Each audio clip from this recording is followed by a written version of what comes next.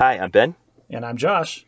And this is the Bad at Magic podcast, a podcast about games, life, and other things. And welcome to episode 49. San Francisco, baby. Woo! That's number 49 in a nutshell. The whole thing. All of it. All right, take us to San Francisco, Josh. All right, so first of all, San Francisco, apparently the official city limits, is a 7 mile by 7 mile square, which is 49 square miles. Nice. The city itself was born during the gold rush in 1849. The first wave of immigrants that moved there are called 49ers for the same reason. As is the football team. The football team is called the 49ers, and it joined the NFL in 1949. Awesome. There is also, this is the last one. This one's a bit of a stretch, but I like it anyway. There's a highway that runs through the gold country just outside the city. Do you know which highway that is, Ben? Let me guess. 49? Highway 49. There it is. San Francisco. Excellent. If you live in San Francisco, this is your episode. Your part of the episode is over. The rest of it is ours, so that's all you get. Okay. Well, thanks for bringing us up to speed on the number 49. So I need to set the record straight on something we talked about last time because you do this from time to time, and it's okay that you do it. I described to you the circumstances and the execution of my son's wedding, and you wanted to be on the record having cautioned us about prematurely abandoning all of the COVID protections so that if there were an outbreak, you could be able to say, I told you so. And Josh, I must regret to inform you, there was no COVID outbreak from my son's wedding. But you see, Ben, this is a perfect example of a time where I can always feel good about it. Because if there was a COVID win-win for you. Exactly. If there was a COVID outbreak, then I get the satisfaction of telling you how right I was and lording that over you for the whole episode. But if I'm wrong, then nobody gets sick. And you can say, I'm so glad everyone's okay. It's like, and I still get to kind of lord it because I get to do stuff like, well, you all got lucky. Dodged a bullet there. So did your family do anything special for Father's Day this week? I got a new pair of slippers. Okay. Ben, don't you laugh that hard. I work from home half the time now, and I don't want to put on real shoes when I'm just tooling around the house. And these are super I remember cushy. when my kids were the age your kids are, I'm sure that there was a lot of love that came with those slippers, and I hope you enjoy them. There was a lot of But if I remember correctly, you also got slippers for Christmas. Oh, those slippers, they didn't last. Oh. All right, so you needed new slippers. I needed new slippers, and they also came with a bunch of crudely hand-drawn art projects from my daughter. She's at that age where every half-decent scrawling on a lined notebook piece of paper should be framed and hung in a gallery for all to see. Ooh, I need to post a meme I saw this week where some kid had drawn on the wall, and instead of washing it off, the parents framed it and put one of those little white poster board things underneath it that said, marker on latex paint 2021 by Jimmy, age 7. Yeah. All that does is encourage them. Well, how do you handle the deluge of every paper is important? Oh, we have. So I built a art shelf that lives in our kitchen. It is 6 feet long. It's like a 2-inch little shelf on top, and then on the bottom, I put a bunch of those little almost clothespin hangers, and I screwed it to the wood. And there's probably 15 of them. Ooh, do you have a first in, first out system? Not really. We let the kids hang it up until it's full, and then after some time has elapsed, sometimes it's a week, sometimes it's a month, depending on the actual project that's coming down, they just quietly go away. And the kids don't notice because they're not paying attention. They just see, oh, open clip, and they'll draw something and put it up in there. Okay. Yeah, and I think most parents take advantage of the principle of their attention span, out of sight, out of mind. There's a critical mass of papers that then they just don't notice that one disappeared. This is true. If I have to do it over, I would encourage any new parents out there, get one of those digital photo frames where you can directly upload pictures to its memory. And then whenever your kid draws a picture, put it down, take a photo of it with your phone, upload it to the scrolling digital photo frame, and then incinerate the original. Incinerate. I was hoping you would say incinerate. I wanted you to. Destroy forever. Awesome. Yeah, I think my wife got me some flowers and my kids patted me on the head. But since we're on vacation at my mother's house, no one was like, bringing me breakfast in bed or clean the house for me or something like that. Because my mom always keeps her house immaculate. Yeah, it's tough being, I imagine, living at your parents' house for the time, because the one gift that you want from your wife on Father's Day probably wasn't available. Your priorities change based on your circumstances. Same as like when you're deployed or something like that. You just adjust to whatever the current situation is. You hear that, listeners? That's the sound of Ben tap dancing around an uncomfortable subject. Well, speaking of uncomfortable subjects, last time I spoke about a movie on Netflix that happened in the late 60s regarding the anti-war protests. And we'll actually talk a bit about the Vietnam War later on today. But I mentioned the title of it as The Trial of the Chicago 12 or 13. I was way off. It was The Trial of the Chicago 7. Oh, man, you were off by almost 50%. Yeah, so thank you, numbers guy. So if you want to watch that on Netflix, I recommend it, but you won't find it under 12 or 13. It's The Trial of the Chicago 7. I imagine nobody was going to get to that point in the ridiculously cumbersome Netflix search query function. The Trial of... there's too many options. Forget it. I'm going to watch something else. Okay, it would probably be the first result. And I linked to it in the show notes, but I still felt like I needed to set the record straight. Now, you had been waiting for over a month for the results of your first of 4 and the most difficult, I understand, of your certified public accountant exams. Yes. So you got those results this week? I did get those results. And if you recall, when we talked about it 2 episodes ago, I think. Yeah, you were a bit pessimistic about it. Oh, I was absolutely sure that I bombed it. And I pulled up the results this week, and miraculously, Ben, I passed by 3 points. Yeah, you were like the kid in Shawshank Redemption that Andy was tutoring to get his GED. That's exactly what it felt like. It's like, I'll just throw this away. I know it's a failure. Forget it. Yeah, like that. That's what it was. And I'll tell you, I mentioned, I think, on the podcast specifically that if I passed it, I would dance a jig. Well, did you? At that moment, yes. I threw my hands up and I did a little dance in my chair as I was sitting there at the computer. And then I couldn't help. I was just overflowing with just joy and happiness that I wouldn't have to take that test again. And I turned and I sprinted across my house to where I knew my wife was relaxing in our bedroom. And I'm a large person. That must have been alarming for her. Yeah. Oh, she heard me coming. I'm pretty sure, like, if she had a cup of water on the nightstand next to her, she would have bounced like you see in Jurassic Park. Like in Jurassic Park, yeah. Yeah, exactly. And, like, I ran into the room, and I was so excited that I leapt into the air to, like, tackle her as she was trying to relax and read a book on our bed. And everything slowed down. As I was in midair with my arms spread wide, I saw her arms coming in to cover her torso in a self-defense position, and both of her feet curl up to catch my abdomen.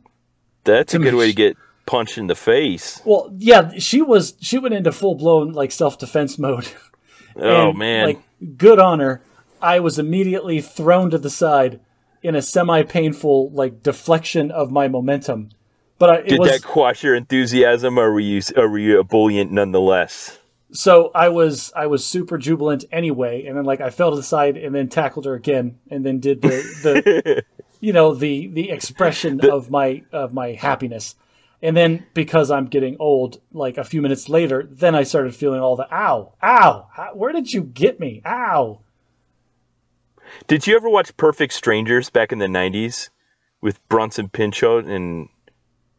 in the 90s, I had other priorities, Ben. Sorry. Okay, well, Balki Bolcharkamus was from, I can't remember, some fictional Eastern European country, and he says, "We shall do the dance of joy," and then they do this ridiculous jig. I'll put a link to it in the show notes. It's great. This is what I'm imagining you doing. So, did you get a letter in the mail or an email? Oh no, neither. This is one of those.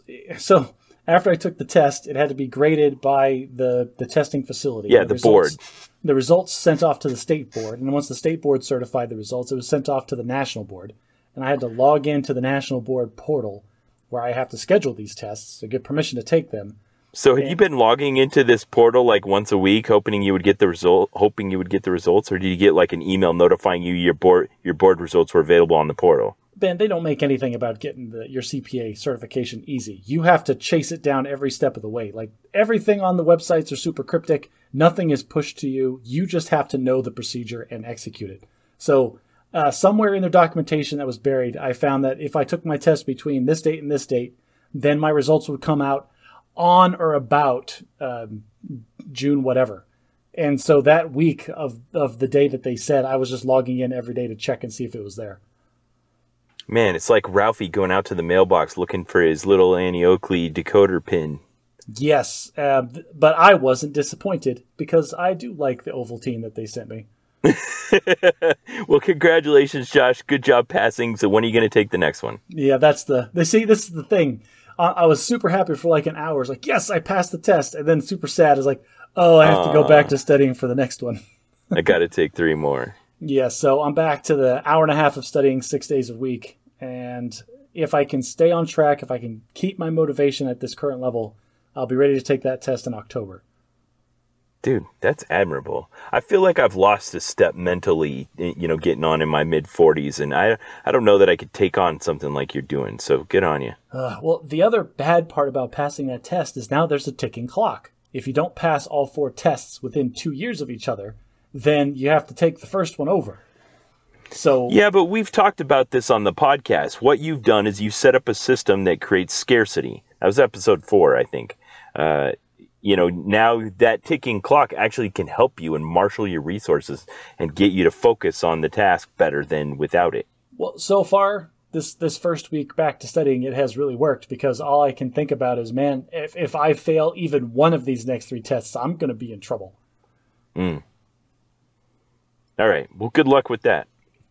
So Thanks, what have you guys been up to other than that? Are the kids out of school now?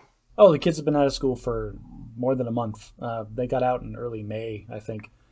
So Nicole and I are working at home half the time. We were able to get our schedules to line up to where I'm home, working from home, the days that she's at work and vice versa. Okay. So, nice. So wait, you mentioned this earlier, but I don't think you said on the cast. So is this Arizona or just both of your employers where you're on like a 50% at home, 50% in the office work schedule? It's not the state. It's definitely not the state. Most places in Arizona are very much back to normal, like it never happened. Right, but you guys are both the kind of work where there are actually some benefits to staying at home and they didn't go all the way back. Well, yeah, I work for a very small accounting firm and where the owner is high-risk individual. And so, like, she locked down early and hard, and we were 100% work from home for almost the full year. Yeah. We're just now starting to transition back 50% in the office, 50% at home. And then she's got our schedules within the firm are balanced so that there's always at least 2 people in the office.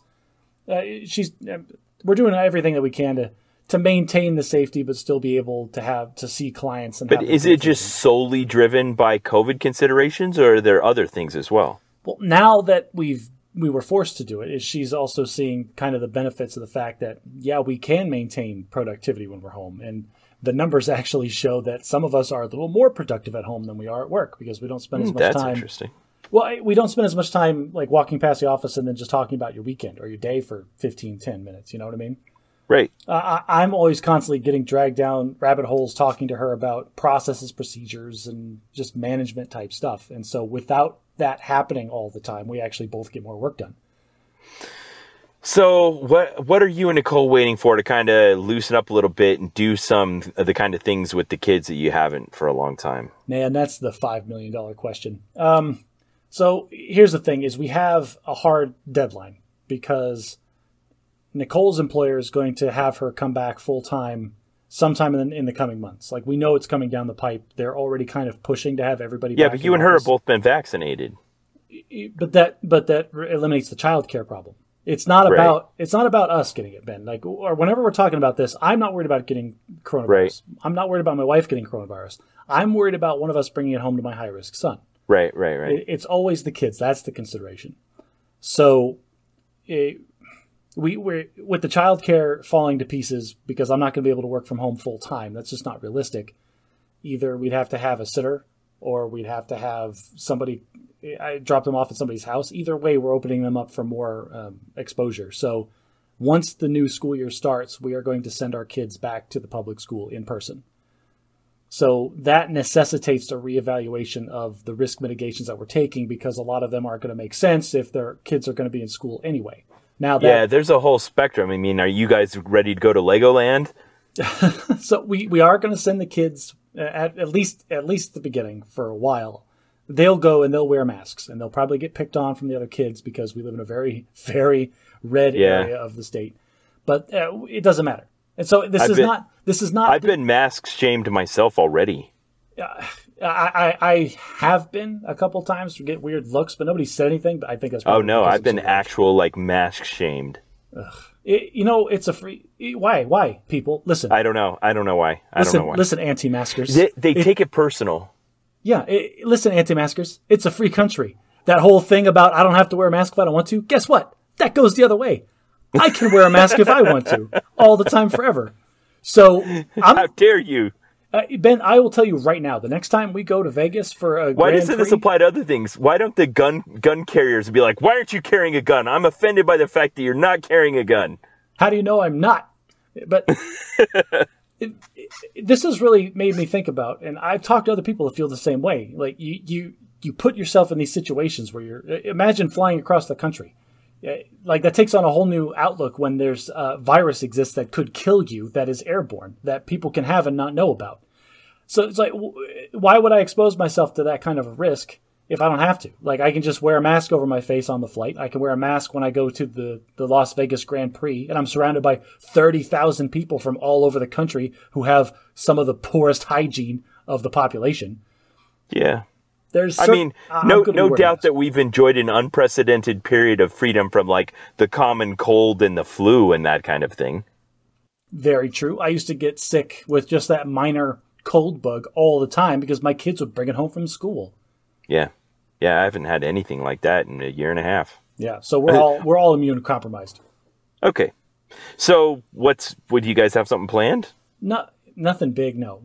This is the thing. This is not like, okay, well, they're back at school, so forget it. We're going to go party. Why not? All bets are off. That's not a thing. No, that is just a reevaluation of the risk mitigation that we're taking. And yes, we will accept more risk into our lives, but that doesn't mean we're going to go hog wild and crazy with it because there's no reason to. And, okay. Well, we don't have anyone high risk in our family, so my risk matrix is way different than yours. And that's the whole thing. And for everybody out there, like you on the podcast a couple weeks ago, it's like it never happened. It's like it's over. And I'm feeling those pressures from my social circles. But the idea here is, yes, it feels like it's over. Yes, the numbers are all down, but my kids are being forced to go in-person school in August. Why would I subject myself to any kind of increased risk until I absolutely had to? So that's why we're just going to keep everything as it was all the way up until school starts. Then we'll look at it.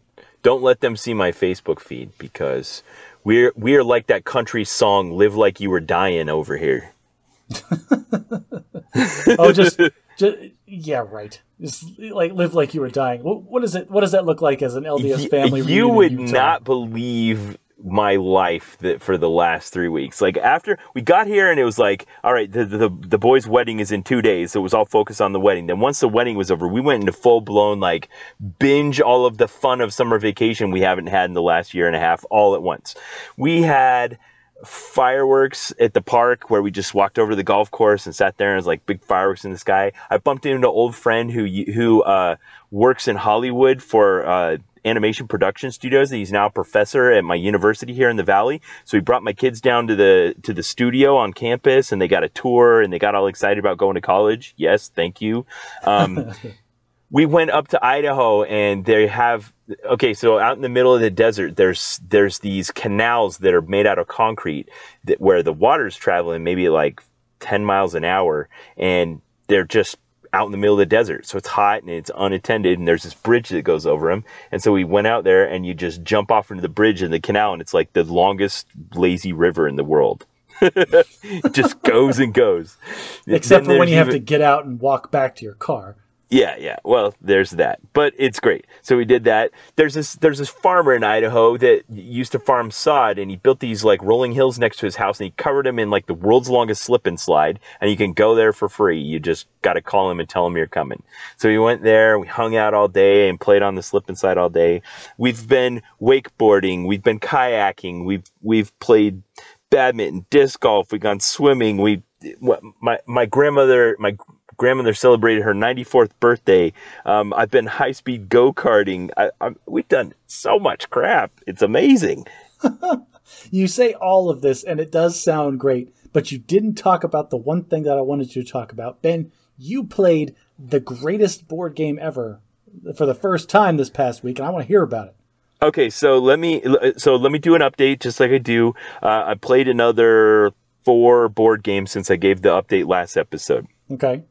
So I'll save that one for last. We played a game called Happy Salmon, which is one of those little themed games. It's just a quick pick up, explain the rules in 60 seconds kind of thing. It's one of those high action, silly kind of games. Basically, everybody gets a deck of cards that are in a random order, and each card has a task that you have to perform, but you have to do it in a pair. So you stand around in a circle, everybody has a deck of cards, you flip over your top card, and it says something like high five. And you have to find someone else that's also flipped over the high five card and reach across the circle and give them a high five. And then you can discard that card. And whoever discards all the cards in their deck first wins. And so it's just this manic, crazy action. It's real easy to pick up. It's very accessible to young children and lots of fun. Happy Salmon, the namesake of the game, is you put your hand out like it's a fish and you wave it back and forth, and then you slap the other person's hand like that. It's very cute. This game could be easily converted into an adults-only game, and I like that idea. Anyway, keep in mind about the game Happy Salmon, if you have dogs, lock them up before you start playing the game. Dogs hate this game. Well, because everybody's just going crazy. The energy level is probably through the roof, and the dogs don't understand what's going on. Yes. Another game I played with my brother-in-law, who is my Fez, smoking jacket wearing, game curating, board game aficionado who beats me every game we play except Magic the Gathering. And I think I actually lost a game of Magic the Gathering to him this week. We played a game you've probably heard of called Seven Wonders, but there's a version of Seven Wonders that's called Seven Wonders Duel. If you can't get together 5 of your closest friends to play a strategy, a 2-hour strategy board game, here's one that you can play with one person in an hour. That's cool. Yeah, it was great. And it's called Seven Wonders, and it's a resource management strategy game where you're trying to go through... you exist in some fictional time in the past where you're creating your wonders of the world. And so you're trying to gather resources, and you can interfere with the other person or try to outpace them or win a military victory. And it's got some great flavor that goes along with it. Like, you can choose to worship gods, and they have ancient names, like Mars and Anubis and whatever. And those bring you bonuses if you're people. It's a lot of fun. It's also one of those games that my first time through playing it was so overwhelming almost. I just felt like I barely got it by the end of the time we were playing, and I'd lost. And I thought I need to play it 1 or 2 times more through before I really got it. So that one's kind of high on the complexity scale, but it was good. I'd recommend it. Another one that we played that I really loved that's way, way lower on the complexity scale that we've talked about on the podcast before is called Splendor. Do you remember this one? I don't remember this one. The theme of Splendor is just that you're like producing jewelry to sell to the public, but it's in the form of a resource management game where there's 3 tiers of producing jewelry. The first tier is like gathering raw materials. The second tier is like merchants trading and transporting the materials. And the third tier is like jewelers refining it and selling it. And it's this progressive resource management thing where at first you're just trying to get mines that get jewels, and then in the next tier you're trying to trade the jewels, and then the last tier you're trying to sell them. But it's way, way simpler than that. The only things you have are cards that represent each of the tiers and little tokens that actually represent the resources themselves. And it's very pleasing and tactile. You have these little gems that you trade around and pass, and there's scarcity. There's lots of interaction. Really good. Highly recommend Splendor. Oh, and because there's 6 jewels that were the main format of it, they've released a version of it that's called Splendor Marvel, where instead of them being rubies and diamonds and emeralds, they're the 6 infinity stones. Yes. So I saw that at the game store, and I didn't need it because I already had Splendor, but I bought it, and it's sitting at the top of my closet, and I'm waiting for the right occasion to gift it to someone. Outstanding. Yeah. All right. So the main moment event you're waiting for. You asked me about the game Scythe. So it has the feel of like a game that started on Kickstarter. I think it was started on Kickstarter. It was. And yet it kind of transcends it in a way where like you can see why it was successful beyond its Kickstarter beginnings. Unlike that other game we played where you're like start in a bare room and you're fighting a lion when you're naked or whatever. I can't remember what the crap that game was. Like that game belongs in the indie never caught on Kickstarter community. But Scythe now has sold over 350,000 copies. There's 2 expansions and a kid version. The replayability is through the roof. And I gotta admit, the one thing that I was really liked about this game, more so than any game I've ever played, is how elegant the interaction you have with all of the pieces of the game are. Yes, it looks and feels super overwhelming if you don't understand what the board state is. But when it's explained to you, there really isn't a lot that you have to keep track of. Yes, exactly. Like all of the actions you can take are just like taking the little pieces on your board that have a little notch they fit into and moving it from one place where there's a notch to another place where there's a notch. So, you know, they don't get scattered all over the place and you don't got to count them. It's just if I move it from here to here, that's an improvement and I've improved my position. Very cool. So yeah, and what how did the game play? Like when you guys were playing?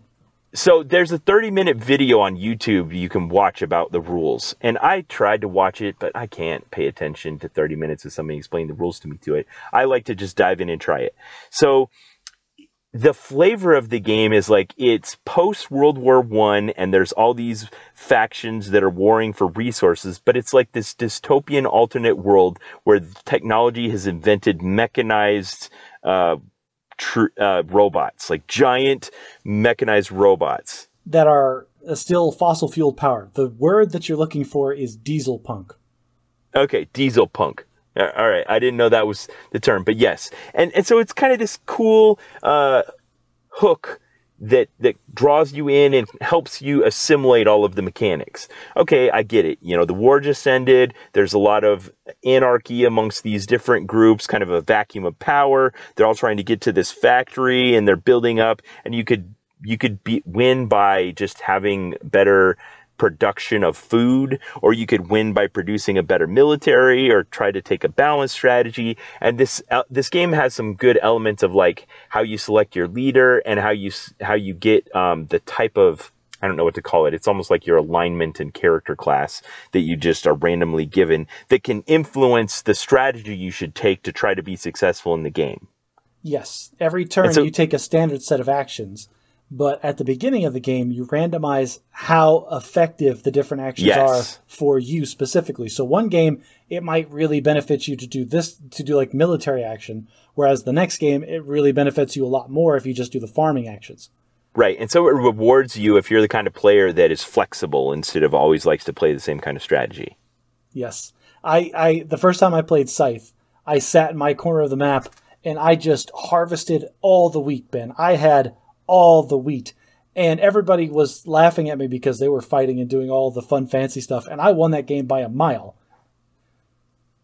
Yeah, and maybe you thought that was great. Next time I'll just harvest all the wheat again, and you could get a different starting position. That might not be the right strategy, so it's best to be flexible. Yes, you have to think and adapt on the fly.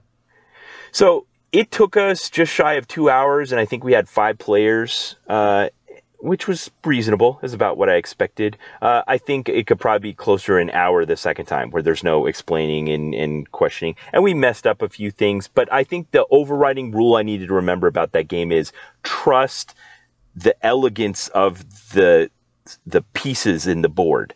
Like everything, if you just understand why it is where it is on your board, it simplifies how much stuff you have to remember. Yes, the game board keeps track of who's currently winning, keeps track of when the game is going to end, how, like, everything about everything that you're doing, and it's all just right in front of you.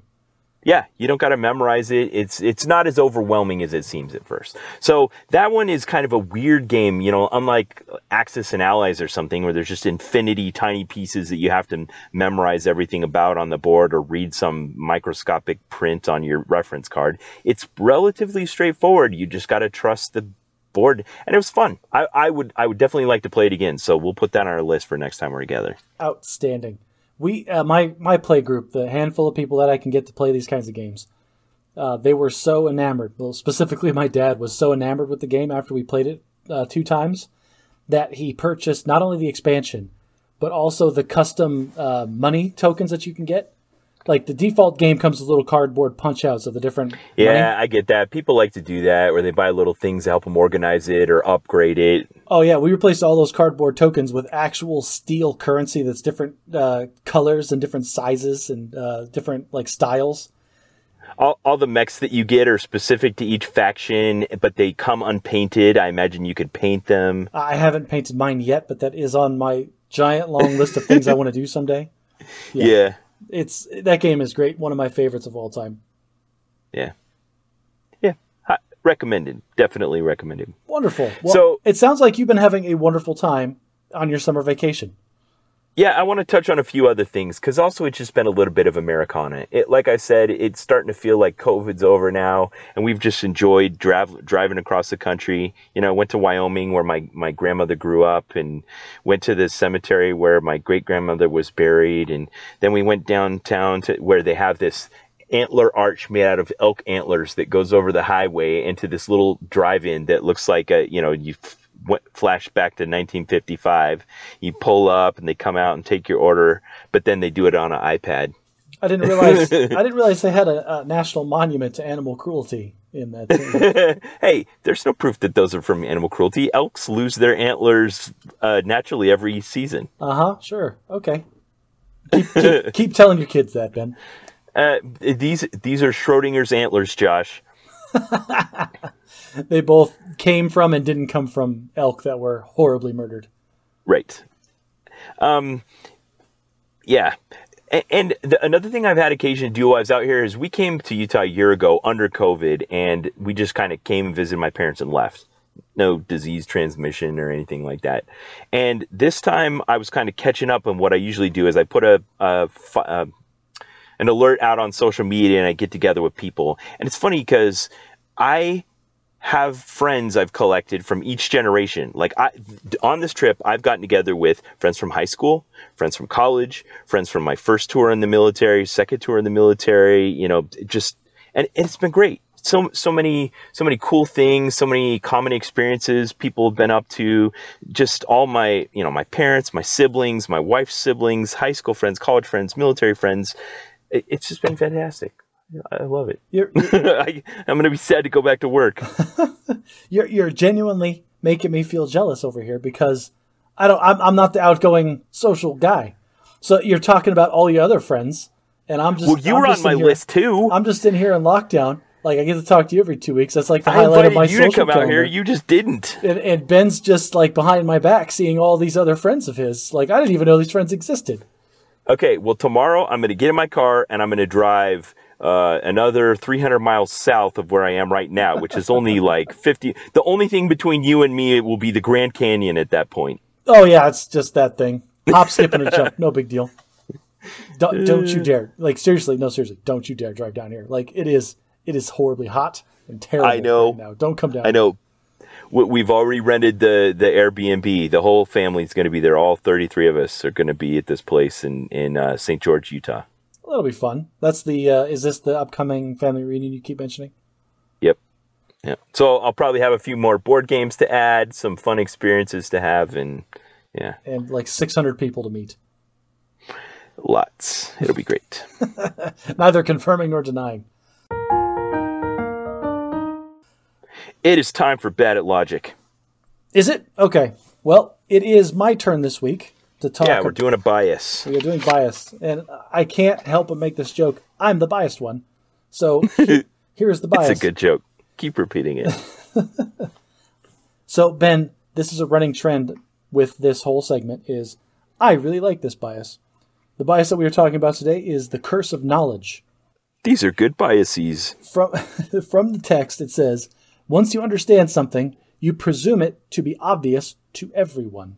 Ben, I suffer from this incessantly. It happens every day, this curse of knowledge that I have, because I may have mentioned that I feel like I have a slightly above average capacity for thought and intellectual nonsense. And things... But you think that would make you immune to this bias, not exacerbate it? But here's the problem. It's to use your vernacular.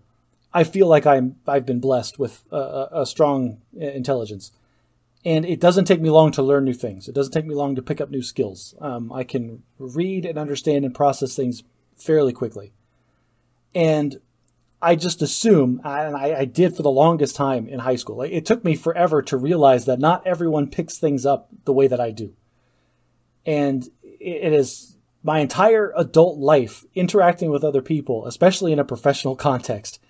It has been difficult for me to have to slow down because I'm already jumping to conclusions based on information that I understand implicitly, when what I need to be doing is explaining and drawing my path for the people that I'm talking to so they can follow it in their own I think this minds. is why you like Rick and Morty so much here, Rick. Oh, All right, listeners, if you watch Rick and Morty and you don't identify with Rick, then there's something wrong with you. Like, he is the hero of the story. That's the curse of knowledge bias. So I'm the opposite of this, Josh. Okay, wait, before I go on, would you say there's a proximity element to it? Because this does talk about there being an event where there was a time where you didn't know something and now you know it. And the bias is that you assume that other people know it because you do. But would you say, like, if it's something you only recently learned, that you're still good at recognizing that maybe not everyone knows it? So if we're talking about things that are esoteric, random skills or random facts that are out in the world that I pick up just on the fringe because that's what I do, then you're right. I do like to try to explain, like, oh, look at this new cool thing that I found. And then I like to share it with people. But where it's caused me problems is in professional settings where there's no new skills to learn. There is just this pool of information and data. And you can pull it all into your mind and then immediately pick out the pieces that are important and then draw a path to where you need to go. Okay. So there's just some point that passes where it becomes part of the pool. Yeah, I guess. I was always able to skip a lot of steps in my thinking as far as like the work that needs to be done to figure out plans. And so I would come to people fully formed, ready, like, this is what we need to do. And it's plainly obvious. Like, there's no reason that you should argue with me about this. Right. So Destin from Smarter Every Day, he has that YouTube channel, and he used to be an engineer for the Department of Defense, where he'd do like missile testing. Yes. And he tells this really great story where he had been doing it for like 10 or 15 years, and he was part of a group where he didn't necessarily have any kind of elevated status of authority over this group, but it was a collaborative group, and they had to do an activity where they were going to plan some missile testing activity. And he could see in the early stages of their planning that they were going to make some mistakes that he'd made in the past. And he just wanted to explain to them, hey, we just need to skip over all of this stuff that you're about to go through to the end, and here's where we're going to end up. And they didn't believe him. They struggled over it for 2 days and ended up right where he said they would. In that situation, I would have fallen flat on my face, because instead of like encouraging and bringing everybody together, like, yes, we struggled through, but like, these are the lessons that you just have to learn, and like, we'll get through it together. I would have stood up top of the desk and been like, I freaking told you idiots 2 days ago that this was going to happen. I think there's an important thing to be learned there. At the end of the 2 days, if someone does actually say, I told you so, and it's not just that Josh is a jerk, it's that there are times where you can actually just let go of your cognitive biases and latch onto somebody that has experience and knowledge. But there also is something important to be had in that 2 days of learning.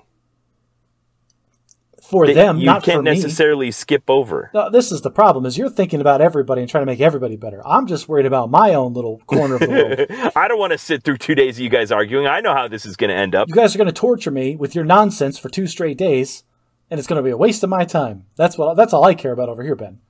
Yeah, you sound like Phil Connors on Groundhog Day. Blah, blah, blah, blah, blah. Ben, am I the bad guy? Like, whenever we talk about logical fallacies and biases, like, I'm the bad guy in every conversation we have. Well, but the world needs both of us. I found that the gift I bring to the U.S. Air Force is that I resist this curse of knowledge bias. Not because I've had so many experiences in my life where I've been the ill recipient of the other end of it. When you're the person that doesn't know something and someone else is assuming that you know it. And it can cause for misunderstanding, awkwardness, poor communication, ineffective execution. Lots of really bad things come out of being on the other end of the curse of knowledge bias. So I usually assume that other people don't know things. And I try not to get into the area that you called mansplaining, where I'm just explaining everything that they actually know. But usually people are shy about this. They're defensive about it. They don't want to admit that they don't know things. But they're appreciative, sometimes, of the guy who's willing to say, hey, maybe you don't know this. Let me explain it to you. Sometimes. Like, there's a bell curve there. There's me on one end where I'm yelling at everybody because they're dumb. And then there's you on the other end, like, oh, it's okay, you're dumb. Let me explain it to you. And sometimes that could come across as pandering. That's the risk you run. Yeah. There's risks on both ends. That's why the world needs us both. It's the curse of knowledge. Between the two of us, Ben, we make probably a pretty decent person. Yeah, Jack Sprat and his wife. Okay.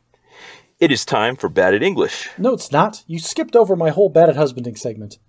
Oh, all right. We'll do that. How dare you? This is very important to me, and I want this. I have to get this on the record, and you'll know why by the end of the segment. Okay. Okay. So I want to ask you a question, Ben.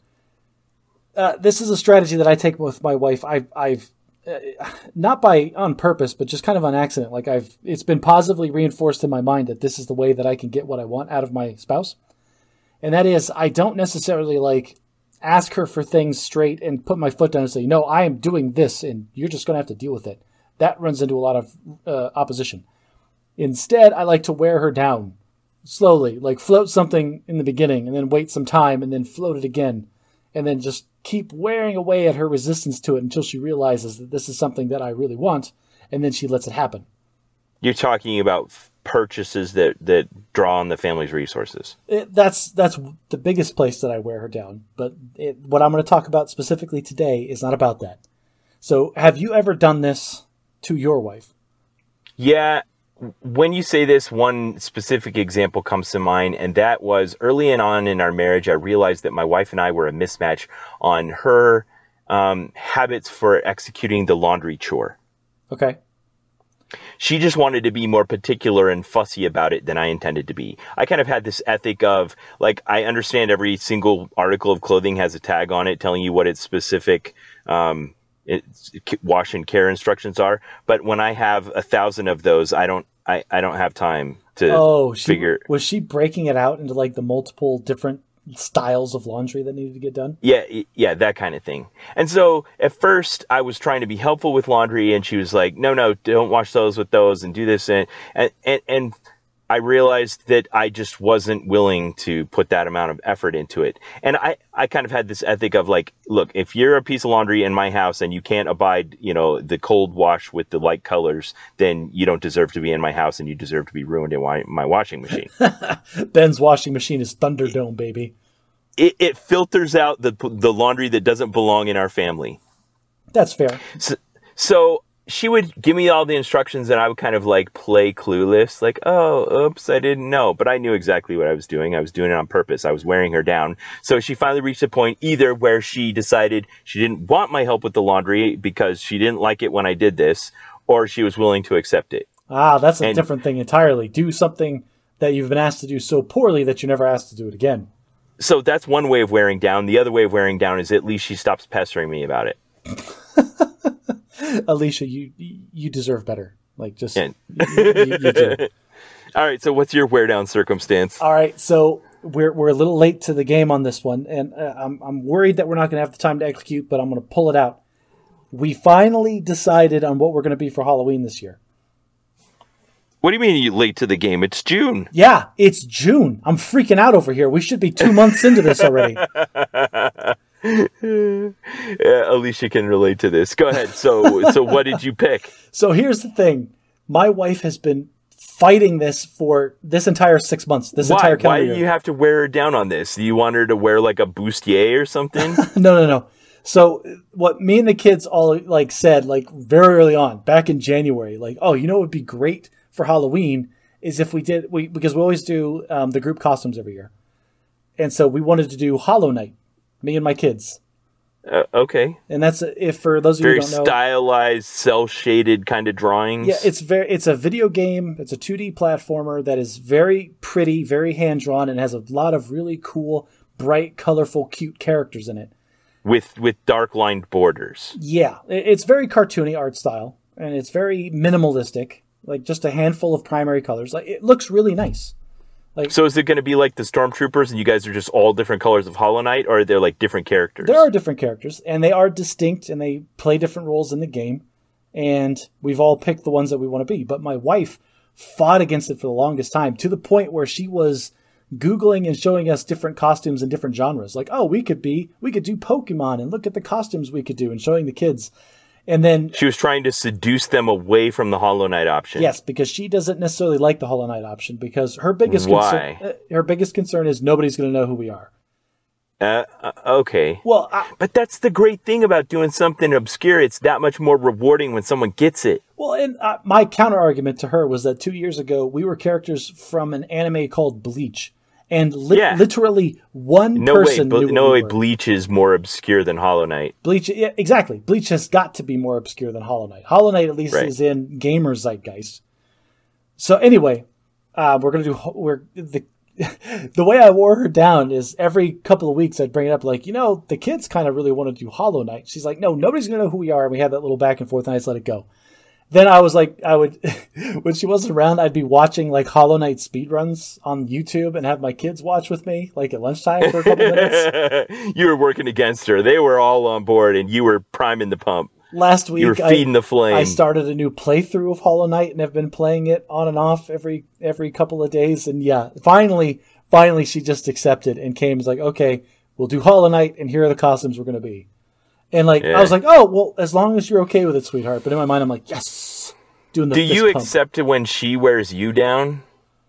She doesn't have to wear me down, Ben, because she is at the point where if she says, yea, verily, this is what we are doing, I'm the guy I'm talking about something that's important to her that's not important to you. Or maybe you're just contrary to.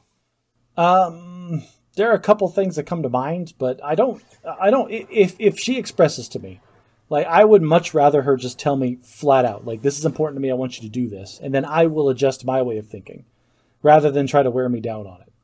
So on this same topic, 5 years ago, my wife decided she wanted to be, her and my daughters to all be the girls from Despicable Me 2. The surrogate mother, and then the 3 adopted girls, Agnes, Ethel, and whatever, I can't remember their names. Margot. And she wanted, I shave my head as a matter of fashion choice, and she wanted me to be Gru. They wanted to be the 4 girls, and I was going to be Gru. And I was like, perfect, outstanding. Yes.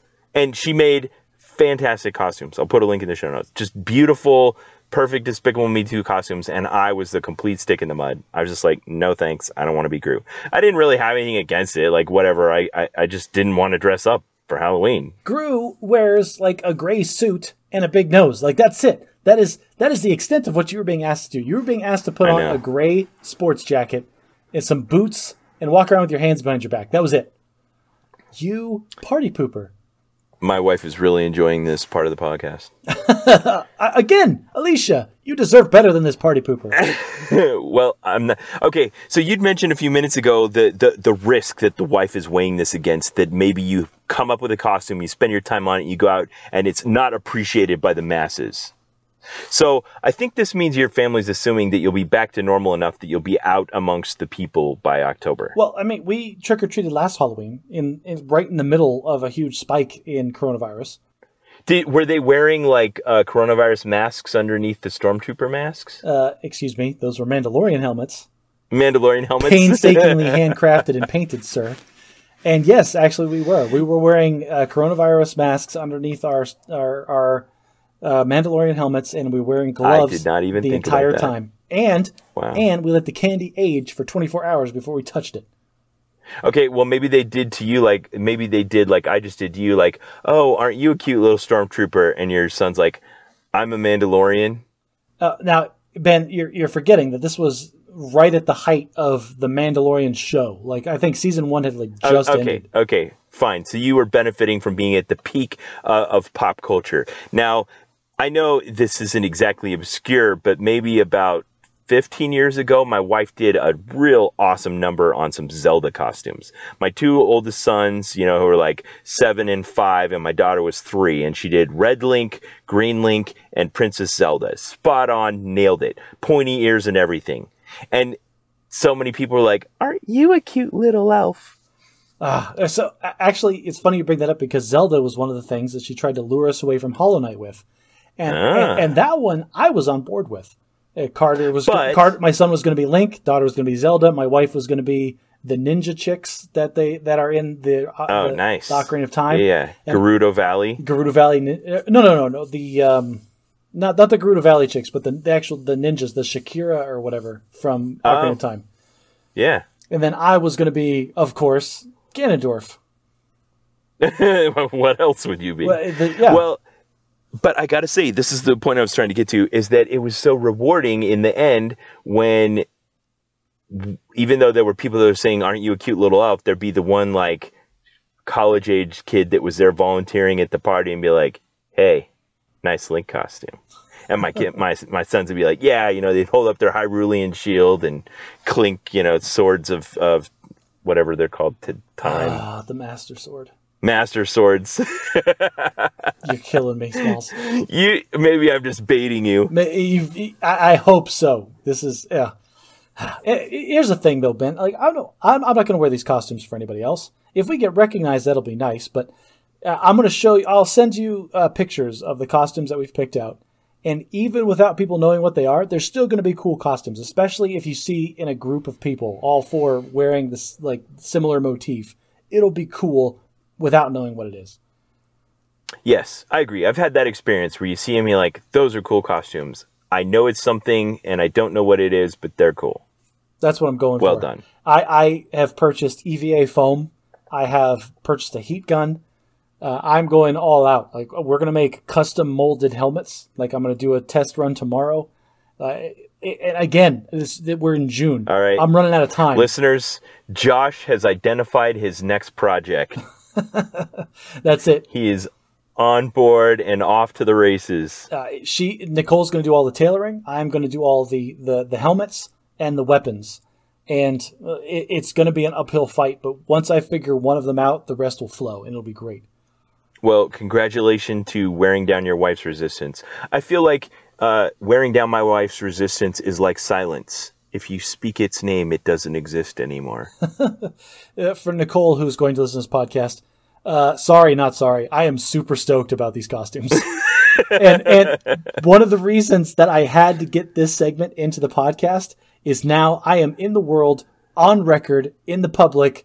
Yea, verily, this is what we are doing for Halloween. So there's no backseas anymore. We're not changing ideas. This is the one. Like you said, it takes time and planning. You got to get tools. You got to get going. Time is short. You only have 4 months.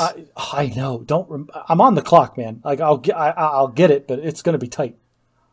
All right, your Halloween costumes and your CPA exam.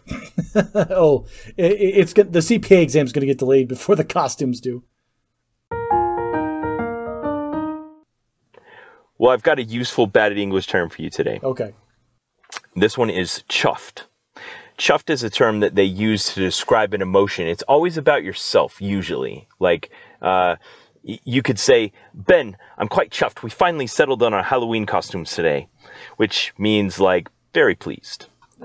I am very chuffed. Super chuffed. That doesn't sound right. Like, that sounds somewhat naughty, as the British would say. Right. You say right chuffed. I'm right chuffed. Yeah. That still sounds bad. That sounds like something I'd be saying in the pornographic industry. Hey, is Bruno chuffed yet?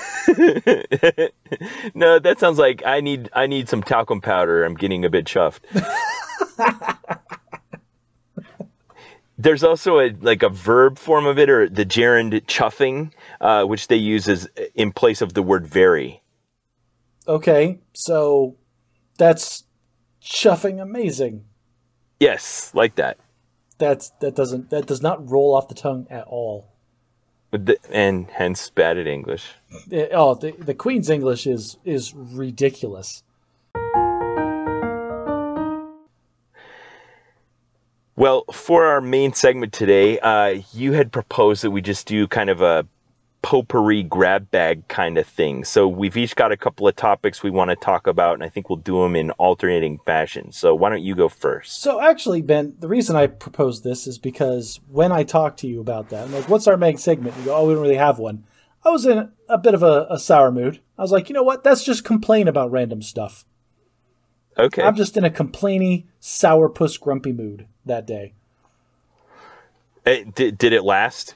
Can you generate genuine complainy vibes right now? Let's have it. Oh. What's your first one? Okay. So my first one it's not something that just annoys me, Ben. It is a genuine plague on humanity that is bringing us down as a species. Okay.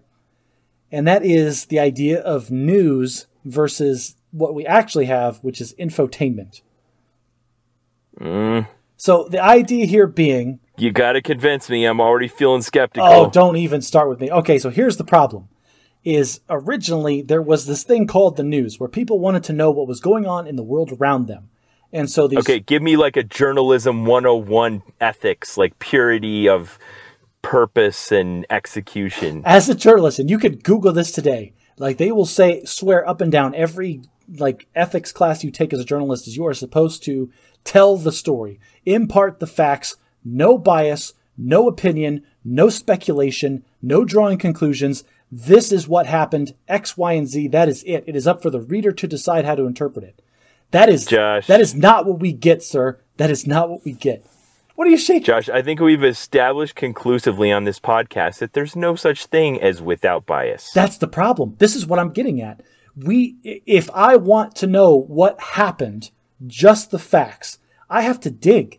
Anything that happens, you can't get a straight answer. You watch this news channel, and they're going to spin it ridiculously their way. You watch another news channel, they're going to spin it ridiculously the other way. Somewhere in the middle is probably the truth, but I don't know what that is because I don't know where to find it. I have to go to the Associated Press or to some random tiny third-party site, or I've got to pick pieces out of both reports. And if you're not actively searching for what is just the facts of the matter, you're going to listen to the sound bites of whatever talking head is looking at you at the moment, and you're going to think that's what happened. Do people really, though, Josh? I mean... Ben, let's talk about that. Let's talk about how the January 6th insurrection, or should I say patriotic display of free speech, is being spun right now. Man, you went straight for the worst. Right for the jugular. That's right. No straw men about this argument. I have a real thing to point at. So I just sent you a link. I'll put it in the show notes. It's one of my favorite things. There's this website called Ad Fontes Media, and they publish what they call the media bias chart. They're up to version 7.0, and what it creates is it's a pretty good comprehensive listing of any website you could go to get media information on the internet.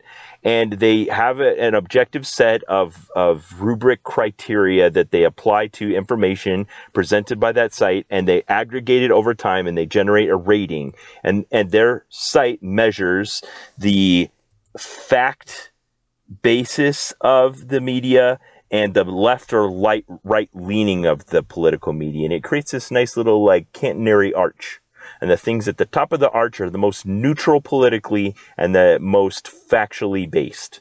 And the things at the bottom edges are the things that are the most left or right political leaning and the least factually based. Interesting. Thank you. This tool, I will genuinely use this tool because I don't know.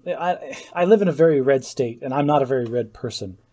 And it's very frustrating to keep hearing these sound bites come out that are plainly fabrications. They feel like lies if you're looking at it from the other perspective. But to find the actual, for example, our state Senate has been going back and forth about a budget now. And everybody's up in arms about it because one side loves it, the other side hates it.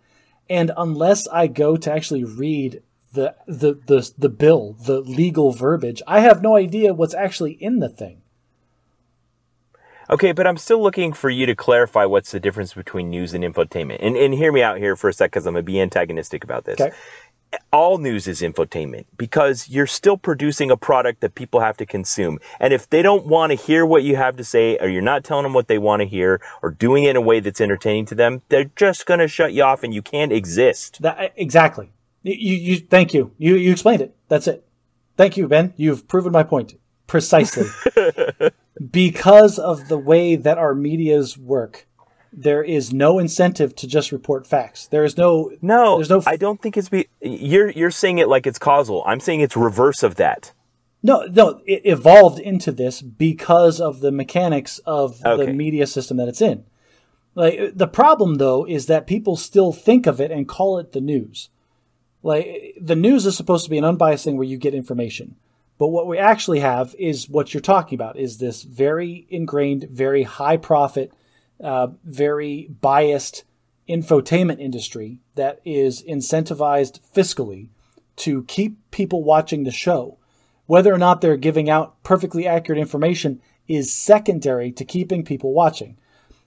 My problem is that a lot of these things portray themselves as the other. They are infotainment, but they keep talking about how they're telling the truth. Okay, I can get behind that. Okay, yeah, every talking head you see on every channel, left and right, if the show has the guy's name in it, that is not the news, but people will still quote it as if that's the thing that's happening. Yeah. So you can see on this chart that I sent you, and listeners, bring it up if you've never seen it before. I highly recommend it. You can see the things that are right at the peak of the chart that have the highest factual accuracy and the least amount of political bias. And it's stuff like the Associated Press and Reuters that are just the straight up news wires. You know, those are the things that are just going to be the most neutral and the most accurate. And there's most of what you'd expect that's above the line of factual enough, even though they're slightly right or left leaning. Like the Wall Street Journal is slightly right leaning, the New York Times is slightly left leaning, but within all of those there's a spectrum. And if you tunnel down into it, you'll see that there are things within each of those that are the opposite. But then when you get down into your Daily Kos, Occupy Democrats on the left, or Breitbart or OAN on the right, you know, it's well outside of the realm of factual accuracy and definitely far into the political leaning, to the point where they don't have any, they're not pretending to be unbiased. My favorite point on this whole chart is this one towards the bottom, right dead center. It's the National Enquirer. It is not left or right, but man, you cannot rely on anything that they say. Contains fabricated info. Excellent. So, this is a good tool, and I do like this very much, and I like how the Weather Channel is really representing there's no bias here, people. The Weather Channel is getting it right. They are just reporting the news. It's just the weather. It's hot in Topeka. Okay, so what brought this up, though? You said it was the Arizona state legislature? It's just everything that's been in the news. We have a Republican supermajority in Arizona, and so they are just pushing through the most ludicrous and ridiculous. How's that vote recount going? Oh, Ben, just this week they decided to take a bunch of the ballots and ship them off to Minnesota for detailed forensic analysis. Ben, that has all of my personal private information on it. They put it in I feel like box. We're back in the year 2000 looking at hanging chads. Never mind that all of these ballots were already audited by a bipartisan commission when they were originally tallied. Never mind that they went through a recount under bipartisan supervision at the time of the original recount. No, there's still got to be some kind of shenanigans here. So after the fact, when there's no legal foundation to make any changes in the future, we're going to go back and we're going to look at these again, but way sloppier and with people that are incentivized to find specific things. Don't let me put words in your mouth here, but I feel like what you're saying you want is some type of authoritative news stream that you can count on to be the place you go to get all the facts. No, I mean, that would be nice. But that's not... I mean, that sounds like what the Chinese state-run media wants you to think you're getting. So I know you were going to go down that path because we've had this pro versus anti-government argument a lot. But I'd rather get what the free market's giving me and have to filter through it myself than have some government person giving me what they say are the unvarnished, unbiased, clear truth facts and having to rely on them. Okay, you're making a false dichotomy because those are not your only options. First of all. Okay, good. Very good identification of my logical fallacy. Continue. Second, you and I, yes, I would want my media to be free because we have the capacity and the capability to sift through this mountain of chaff that we get to find the nuggets of the truth that are in there. Not everybody does. There are many people in this country that just take what the talking head says, and that is the gospel. That's a problem. They're down one leg or the other of this media bias chart, and they're happy to live there. Exactly. So I don't want a media-run organization that takes away all free speech. That's not what I want. I want some kind of a mechanism built into the system. And I don't know how that exists. I don't know if it's government regulation. I don't know if it's some kind of fiscal incentive program. I don't know how it operates. But I want these people to be held more responsible for the crap that they say. But not all of these are even American. Well, I know, and I get that. And I found reliably, consistently, one of the most unbiased news sources for American politics. Let me guess. Al Jazeera? Al Jazeera America is great for actually getting information. And that's a little scary sometimes. Yeah. So I don't know how this exists in this world. I want there has to be free speech. There has to be that capacity to be able to hold our government accountable for the things that they do behind closed doors. But at the same time, I agree wholeheartedly. People need to understand that if they are on either leg of this trough of the ark that you sent over to me, that they are not getting what is, yea, verily, the truth. They're getting a really biased, skewed version of it. I don't see how to force that. There isn't a way to force that, which is why I'm complaining about it. Okay. All right. Well done. Nice rant. You ask me if I can sum up indignant anger. Yes, Ben, 24/7. I can wake up in the middle of the night and be indignant about something. Okay. Well done. I share your indignance, but from a completely different angle. All right. Here's mine. So I recently learned about something called Chesterton's fence. Have you ever heard of Chesterton's fence? Never. I've never heard that term. Great. So this is something that apparently John F. Kennedy had a penchant for quoting in his public speaking. So back in the 1920s, there was an author named G.K. Chesterton, who was a prominent Catholic, who John F. Kennedy happened to be, which is probably why he was well read in him, who also just wrote fiction. He wrote a book called The Thing, and in it there was this concept regarding, probably related to the political movement at the time, of reform, of change and reform in society. And there would be this trend we could probably relate to where somebody wants to just come in and smash whatever the previous guys had done. Oh, that doesn't sound like anything that ever happens in politics. Yeah. Just, we'll show that we're the new guys in town by reforming, by whatever. We're building a wall on the southern border. We don't know why or if it'll do what we're saying, but we're going to do something different. So here, I use that example specifically because that's the example in reverse that Chesterton used. Here's a quote from the Thing. There exists in such a case a certain institution or law, let us say, for the sake of simplicity, a fence or a gate erected across a road. The more modern type of reformer goes gaily up to it and says, I don't see the use of this, let us clear it away. To which the more intelligent type of reformer will do well to answer, if you don't see the use of it, I certainly won't let you clear it away. Go away and think. Then, when you can come back and tell me that you do see the use of it, I may allow you to destroy it. Aha! I like that quite a bit. If there is some kind of organizational barrier that has been erected, or some kind of policy or procedure in place, you should probably understand why it is that way before you start deciding it's terrible. Precisely. That is, so you can use this term, Chesterton's fence, to refer to that idea of second order thinking. Okay. In the context of reform. This was one of the first lessons that I was taught in the military. I had a very wise master sergeant beat that into my head as a second lieutenant. LT, if you want to be a good officer, the first thing you'll do when you show up to a job is keep your mouth shut for 6 months.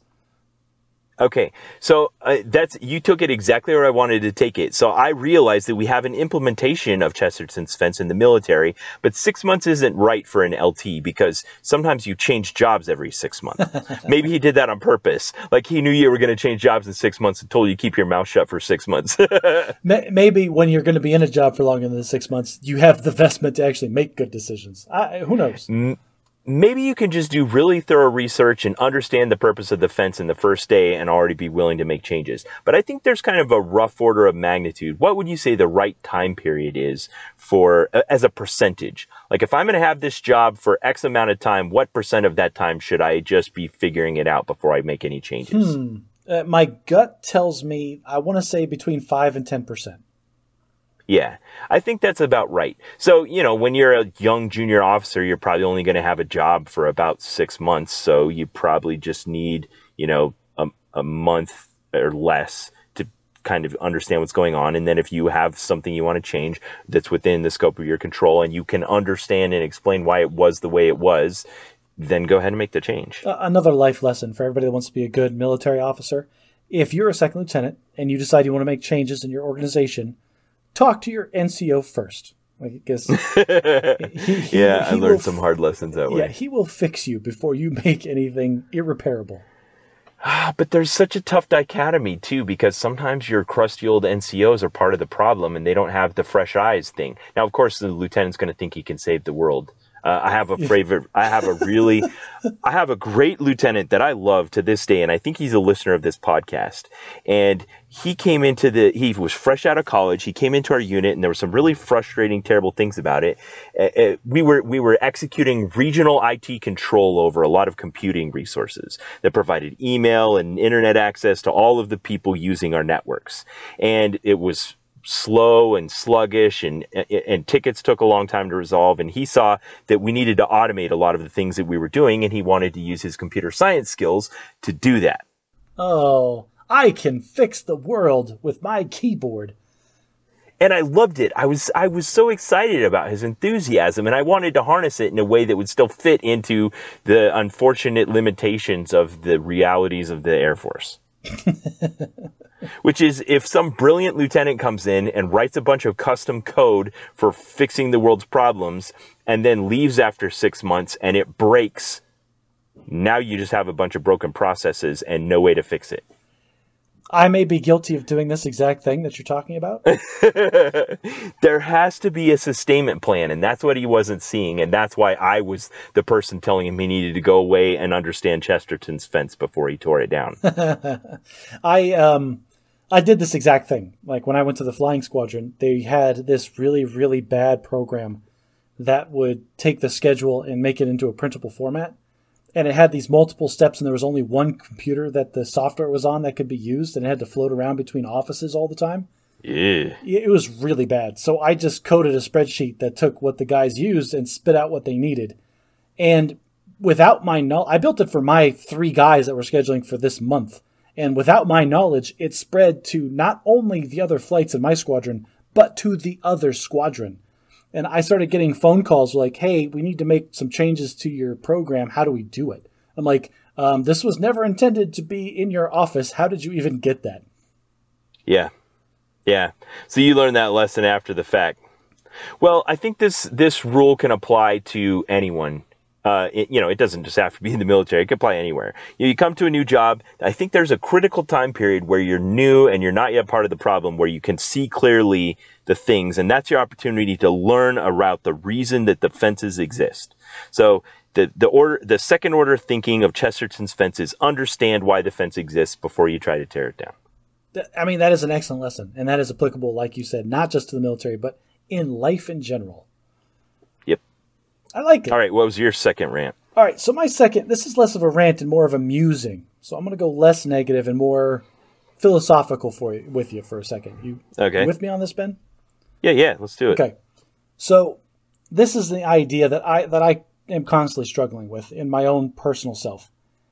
Because while I always talk about on this podcast that I'm very utilitarian and I'm trying to increase my utility and the utility of the immediate people around me, I also intellectually, I want to have a longer view of things. I want to do things and make decisions and implement things in my life that are more impactful in the long term. You want religion. I don't. No, not at all. Not in any way, shape, or form. That's what you're describing. I'm not talking about my immortal soul. I'm talking about humanity as a species perpetuating into the future after I'm gone. Same thing. No. Ugh. Stop it. No. We are not turning this into another LDS discussion. I won't let it happen. Here's an example. Like we're at the point where both of our cars are getting old and they're both high mileage. And we had a scare with my... You're considering electric vehicles, aren't you? I have made the decision that the next vehicle that we purchase is going to be all electric. And part of that is... You're not even going hybrid. You're just going straight to the electric. Well, yes. For practicality reasons and because of the infrastructure in America as it stands today, one of our cars will always be a gas car because if we need to drive across the country, there still is not a good infrastructure in place to do that in an electric vehicle. Yeah, and the execution isn't great either. That might change in the future, in the next 10 years, but who knows? But for now, the infrastructure is good enough for just tooling around the neighborhood, picking up the kids after school, going to the grocery store, commuting to work and back. That can be an all-electric vehicle, and it will benefit the planet in this tiny way that I have agency over. So this is my musing here, is that I'm somewhat disappointed in larger organizations, people that really have agency to make very impactful change in society and in the world as a whole, not taking a much longer view. Like there are a handful of outliers, and you hear about them all the time. I'm like Warren Buffett and his organizations are the people that have, I forget what they're called, but there is this handful of billionaires that have dedicated and promised to donate at least 50% of their income or whatever to charity every year. That's cool. Yeah. We'll have to figure that out. The Bill Gates Foundation, where he has donated the vast majority of his wealth to making humanity better. Like people like that. But I feel like they're in the minority. Either they're in the minority or there is a much larger silent majority that I don't hear about. American politics is really bad because everybody can only think, like all the politicians only think 4 years in It's chunks. Called the Giving Pledge. Okay. Do you want to have any details, or you just pulled that out? There's all the prominent ones you'd think of, like Bill Gates and Warren Buffett and Elon Musk, those kinds of things. Okay. A campaign to encourage extremely wealthy people to contribute a majority of their wealth to philanthropic causes. Whenever I guess I don't want to go down another political rant, but whenever I hear speakers, even CEOs of companies or anybody get up and start talking, people in positions of real power, and they start talking about their plans, they're always talking about what we're going to do now in the near term, in the short run, how we're going to improve profits, how we're going to make more money, how we're going to do the things that my constituents want. Nobody's ever talking about, like, we need to implement these policies in order to preserve the planet or to perpetuate the species or in order to cure the long-running diseases or problems that humanity has in 150 years. My budget that I'm laying out today in my 4-year stint in office is going to benefit humanity for the next 100 years. Nobody ever talks about that. And I get why. The systems and the mechanics that we've built into all of our structures do not incentivize the very long view of the planet or of the species that way. But sometimes, like, I fear for that. I don't know. Like, there's all these existential crises, and everybody's talking about, like, climate change and global warming. But even me, Ben, in the back of my head, I'm thinking, I can probably not do anything for global warming because I'll probably be dead and gone long before it starts to impact me personally. You could just take a strict personal utilitarian view of this, that it's irrelevant. Yes. And so it's this conflict, not just within myself, but I see it out in the world. People say that they want to do things for the greater good, but then the actions that they take are strictly on, like, well, this is what's good for me today. So in discussions between you and I think but I'll state for our audience that I have a very libertarian, capitalistic attitude toward these kinds of questions. Gasp! That I think, shock, unbelief. I cannot comprehend what you just said. Yeah.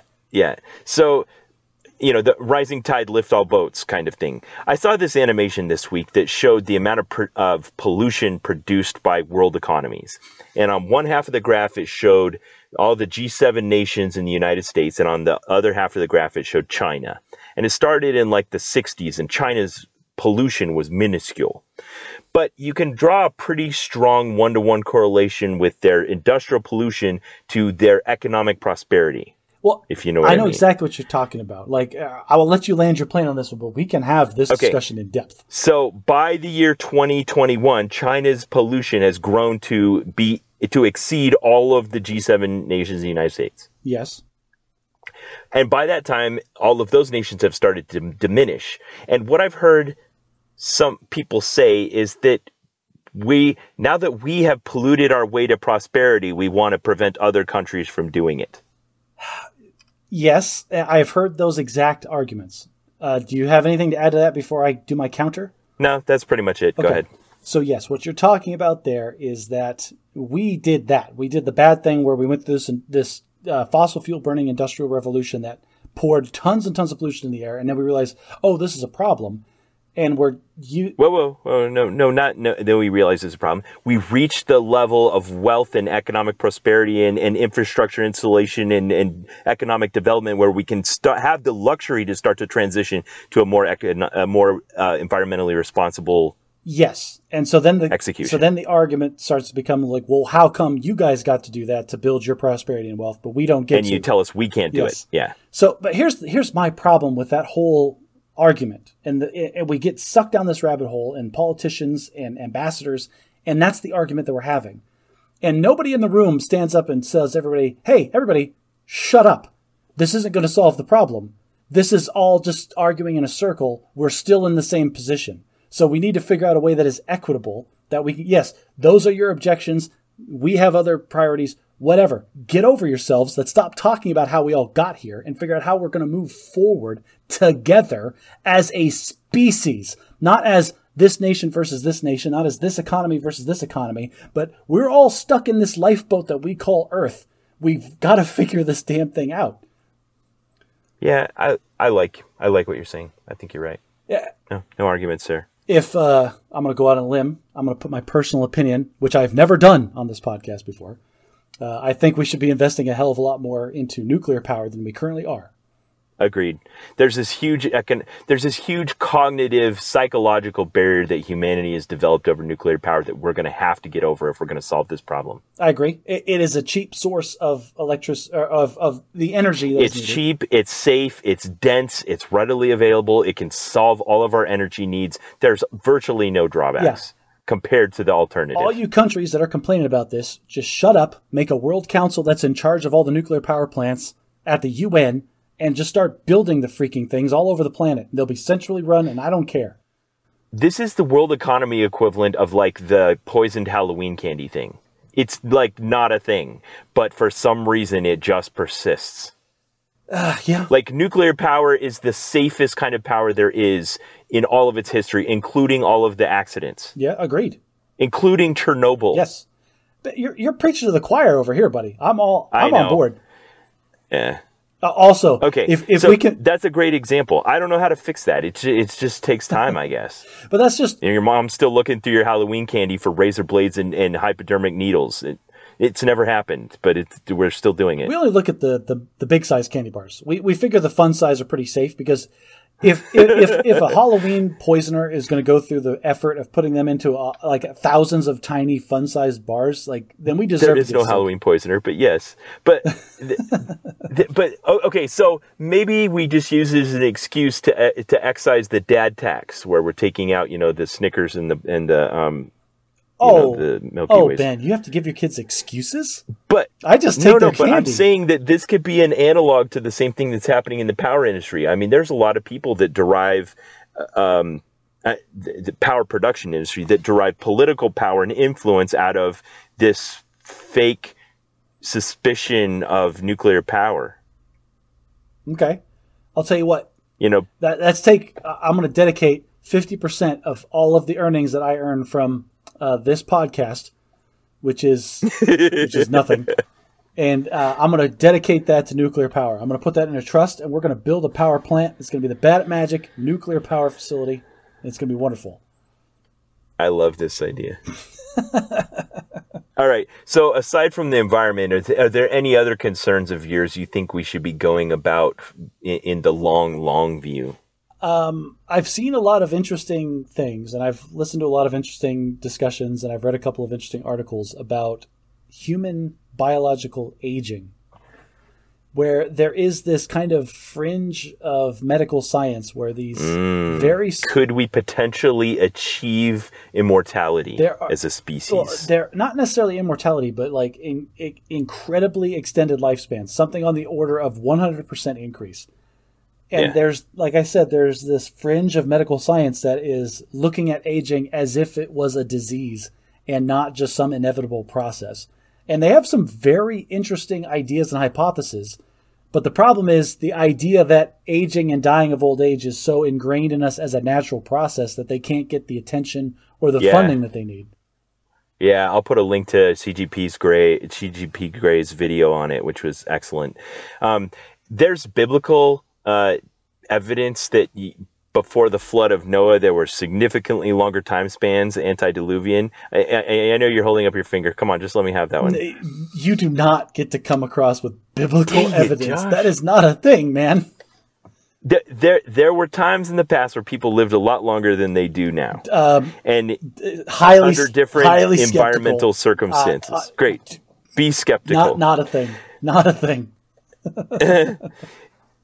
Anyway, I think another thing I want to add to this list of the long view you talk about a lot on this show is kind of like the Star Trek version of society, where we've achieved kind of like utopian level of harmony and peace. Well, and in the Star Trek universe, that is achieved because specifically of replicator technology, but more generally because there is no more fighting over resources. We have mastered the collection of energy and the production of needs and wants to the point where nobody has to fight over things anymore. Nobody has to buy things anymore. Everybody just has what they need. And so we are able to, as a species, focus on the things that are more important to us. I think it's easy to forget that in our generation, it's even become possible to think about this. Like before Gene Roddenberry, no one was talking about this. It wasn't a possibility. There was still just scarcity that no one could even imagine the end of. Well, and honestly, I think Gene Roddenberry was drawing a vector. Like he could have just been a very smart man that saw this decrease in scarcity of time that people were having because they were earning better livings, having more free time, more disposable income, able to purchase more things in their life that they wanted, and realize that drawing that to its logical conclusion, eventually we will reach a point in history where people don't have to work 40 hours a week. They don't have to work at all. We'll just all have the things that we need, and we can really focus on priorities. You know, we're in this weird time where we're starting to see that could actually be a possibility, but we aren't quite there yet. And so there's this weird moral space we live in where we can kind of do some things like it, but not all. This ties into all of these rants that I have, because again, the mechanics of the society that we live in, of capitalism, of the way people get paid and the way people achieve the things that they want to have, we are incentivized in the short term to just continue to spin on this hamster wheel. Like, that's just increase profits, increase production, and then the company that I work for, I can move up in and be bigger and better, and I get the things that I want. But society in general just perpetuates on this kind of 5-day work week lifestyle that we've all agreed on is the thing that happens. If everybody unanimously declared together that we can put all this aside, like this, okay, I'm starting to sound a little Marxian here as I'm saying this. Yeah, I don't think we're gonna. I don't think less productivity is gonna lead us to the utopian future. No, I don't think less productivity will. And I'm not talking about redistribution of resources either. We know communism is a complete and utter failure because people are inherently self-interested. But if there's a way that we can use, like, keep the self-interest in the picture, but figure out a system that is, I don't know, that lets me work 3 days a week instead of 5. That would just be better. I think everybody would agree working less and having the same lifestyle is better. I don't know.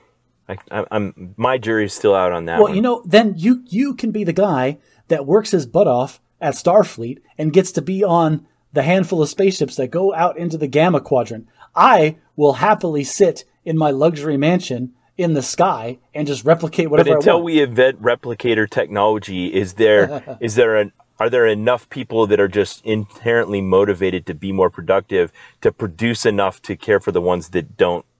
My counter argument to that is that everybody on this planet is passionate about something. And a majority of those people don't have the abundance of resources in their life to find and hone that passion. This is a huge departure for me because I'm usually the one that hates humanity. Yeah, no, I like it. If everybody on this planet had, say, income, this is Josh's version of spiritualism. My version of spiritual, my faith. This is the only faith I have in humanity: is that everybody has something that they love so much that they will dedicate themselves to it willingly. And if given the time and the resources to find it, they would be better off.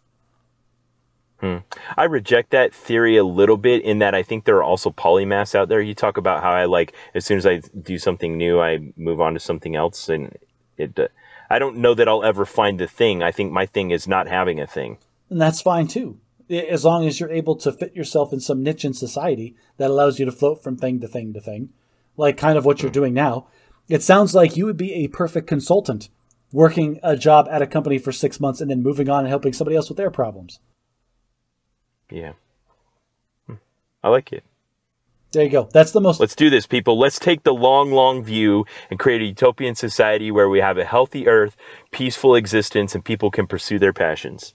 Yeah, I'm down. I'm the one... Yeah. Like, this is the most positive I have ever been on this podcast. Like, this is, I've no doubt. This is a red letter day for me.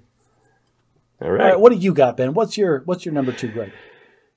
Okay, so I found this really fantastic article that broke so much from some of the traditional paradigms. It's very steeped in military doctrine and ideals and culture, but I think it applies to anyone and everything. So back in 2015, there was a couple of doctors that are at the Army War College that did a study on the U.S. Army. Their names are... Give me a second. Do the names matter for this discussion? I just want to say them so that they've been said. This is a thing that old people do, is they get hung up on details. Oh, I was at this restaurant. Honey, what was the name of that restaurant? It doesn't matter to the story. Just continue. Dr. Leonard Wong and Dr. Stephen J. Garris. I forgot. And I'm saying their names. You've forgotten already. Yeah. I get it. I'm going to put a link in the show notes, and I'm saying their names out loud, and I'm doing it on purpose because what they did is very courageous. Okay. This is me giving them the Medal of Courage on the Bad Magic podcast. Credit where credit is due. Fair enough. Yes. They did a study regarding what the title of the study is Lying to Ourselves, Dishonesty in the Military Profession. And they published this in the Army Journal and went very public with calling out the Army for all the lies they tell. Oh, I'm not even gasping. Like, I'm sure everybody lies in the military all the time. I know, but here's the thing. Since the Vietnam era, about 1998, the military has gone on to be like one of the most trusted, if not the most trusted and honorable profession you can have in the United States of America. Yes, having been in the military, that is very misplaced, but I agree. Yeah, and amongst the people in the military, there's a certain, like, off-scent kind of jaded optimism that yields this fake honesty where you think you're being honest, but you're not. Okay, you have to. And if you challenge someone on it and say, you're a liar, they'll say, I am not. I have a great deal of integrity. I tell the truth all the time. Okay, you're going to have to elaborate on the last one a little bit for me. All right. Here's a quote from the paper. White lies and innocent mistruths have become so commonplace in the U.S. Army that there is often no ethical angst, no deep soul-searching, and no righteous outrage when examples of routine dishonesty are encountered. Mutually agreed deception exists in the Army because many decisions to lie, cheat, or steal are simply no longer viewed as ethical choices. Anecdotes. Examples. Okay, great. So there's lots of examples, one of which is I'm gonna try to steer clear of the causes and just go to the problem. The one of which is the fact that in order to generate a ready soldier, the Army has identified a training program that must be maintained. And you have to balance the training program when they're in home garrison conducting all the training with them actually being deployed to the war zone and conducting their mission, under which time they're not training. So the current program in 2015, as identified by these two doctors, required, I think it was like 279 duty days to execute. And there are only 256 duty days in a calendar year. Yeah, that's a lie that the military tells all the time, is that, we have plenty of slack. We can always accept more responsibilities and do more things because that's going to make my record look even better. Yeah, and you're telling that in the tone of someone that's just like knowingly jaded and just being dishonest on purpose. But that isn't the attitude of these people that were in this study. They're like, well, we're just trying to do the best we can. And they use terms like hand-waving, fudging, pencil whipping, checking the box. But they also use ones that are a little bit more manipulative, like giving them what they want, or prioritizing, or accepting prudent risk, or using good leadership. And really, it's all the same thing. It's lying because you want me to tell you that we've done all this and it's not possible to do all of it. Okay. Yeah, I can see that. I lied consistently all the time. At one point in my military career, I was placed in charge of ancillary training for the squadron. And as the ancillary training manager, I had login access to go into the system and see how everybody was on their training. And as a byproduct, I was able to sign myself off as having taken all of that training. All right. So I was prepared to do this, and I wanted, just for our audience that doesn't understand what ancillary training means, here's what ancillary training means. I'm going to give you a deliberately long a list. There are four different categories of training you have to do that constitute ancillary training.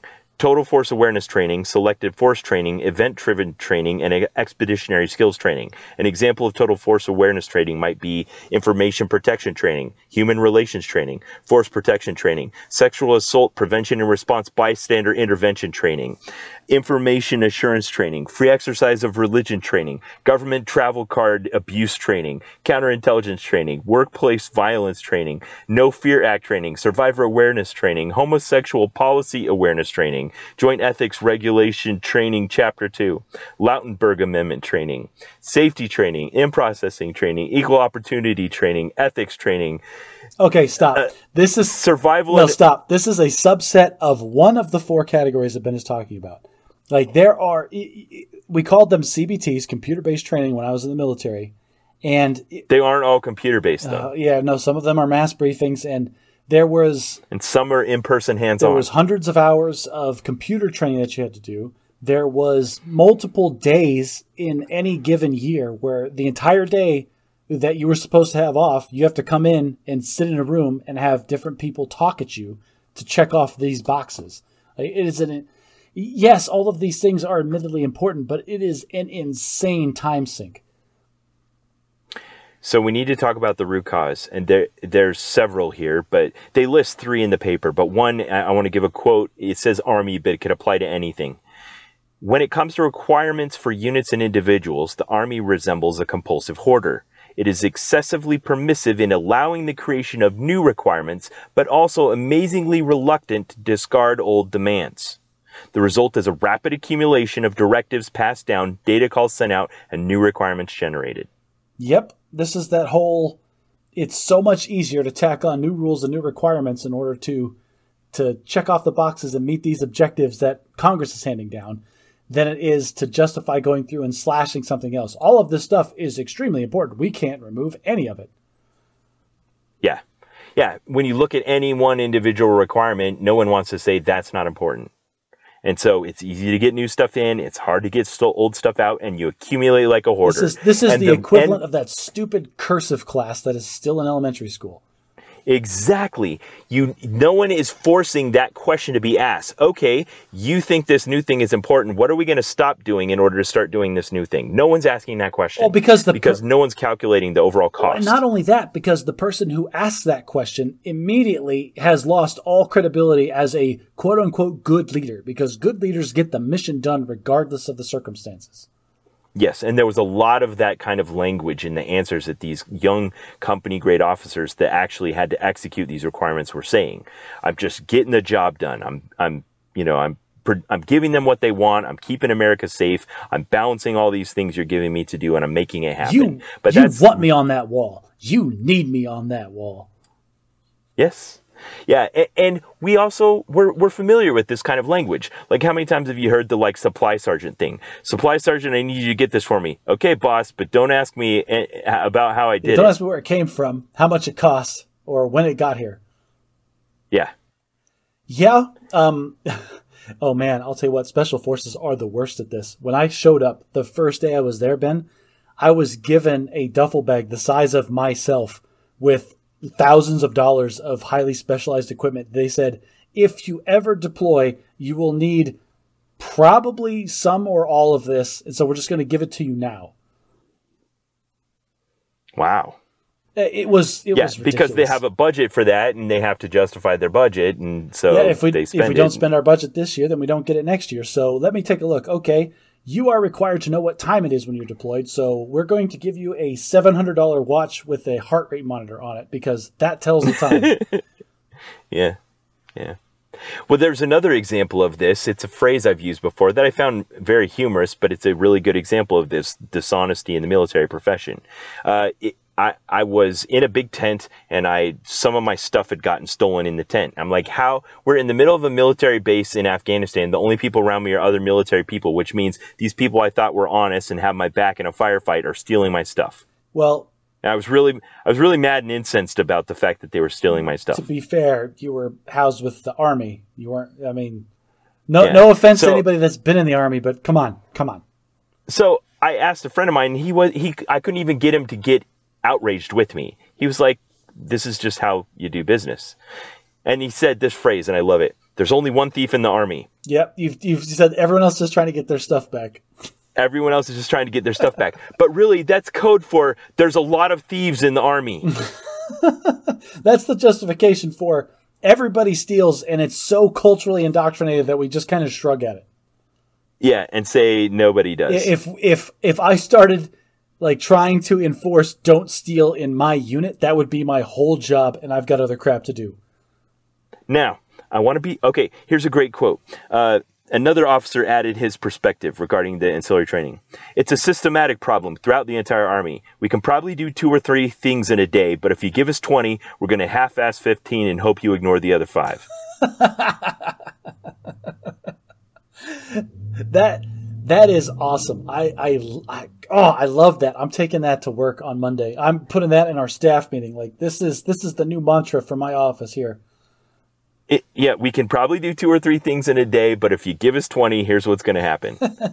and it's very pragmatic. I mean, these are hard workers. They're doing the best they can. Okay, so in the piece, one of the root causes they identify is that as we're entering the information age, there's just this unending appetite for information. Yes, everybody wants to know everything. Before, the capacity to collect it and distribute it didn't exist, so the appetite wasn't there. Ben, you realize that you're talking to a former drone pilot, right?